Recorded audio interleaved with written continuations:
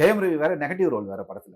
அதுதான் முக்கியமான விஷயம். பிகாஸ் இப்ப ஜெயம் ரவி வேற வந்து பாத்தீங்கன்னா ரவி மோகன் சொல்லிட்டு பாத்துருக்காங்க. என்னதான் இருந்தாலும் ஜெயம் ரவி அப்படின்ற ஒரு அந்த அந்த வார்த்தைக்கான பவர் வந்து பாத்தீங்கன்னா அவருக்கு வந்து மோகன் ரவின்றது விஷயம் செட் ஆகாது. போன படம் அவருக்கு வந்து ஒரு பெரிய அடி.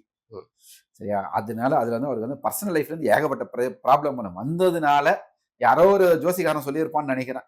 நீ வந்து அந்த ஜெயம்ன்ற இதை எடுத்துட்டு ரவி மோகன் அப்பா பேரை எடுத்து வச்சுக்கோ, ஒரு மாற்றம் வரும் அப்படின்னு சொல்லிட்டு சொல்லியிருக்கலாம்.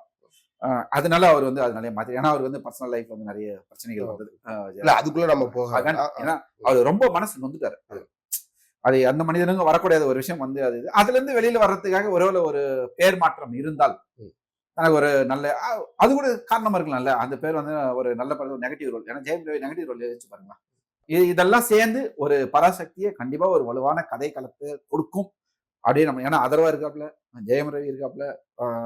எனக்கு தெரிஞ்சு இந்த படத்துல அதர்வாவை தான் ஸ்கோர் பண்ணுவார்னு நினைக்கிறேன். ஏன்னா ட்ரைலர்லயே வந்து பாத்தீங்கன்னா அவரோட அந்த லுக் எல்லாமே பக்காவா. ஜெயம் ரவியோட லுக்கும் வேற மாதிரி. எஸ். இல்ல அவரை பார்க்கும்போது தனி ஒருவன் அந்த லுக் அதுக்கு மாறுபட்டு இருக்கு. தனி ஒருவன் நம்ம எப்படி ஜெயம் ரவி ஒரு டிஃபரெண்டா பார்த்தோம் நம்ம, அந்த மாதிரி இருக்கு. அந்த அந்த பீரியட்ல வர ஒரு நல்லா எல்லாமே நல்லா இருக்கு. சிவகார்த்திகேயன் நம்ம முழுசா பார்க்கல இன்னும் ட்ரைலர்ல. அதர்வா ஒளிச்சு வச்சிருக்காங்களோ, இவரோட பெர்ஃபார்மன்ஸை ஒளிச்சு வச்சிருக்காங்க. ஏன்னா 3 பேருடைய கதைகளை 3 பேருமே ஒரு பெரிய ஹீரோ. அதனால கண்டிப்பா பராசக்தின்ற டைட்டில் இந்த படத்துக்கு வந்து இன்னும் ஒரு வலு கொடுக்கும் தான் நம்ம நினைக்கலாம்.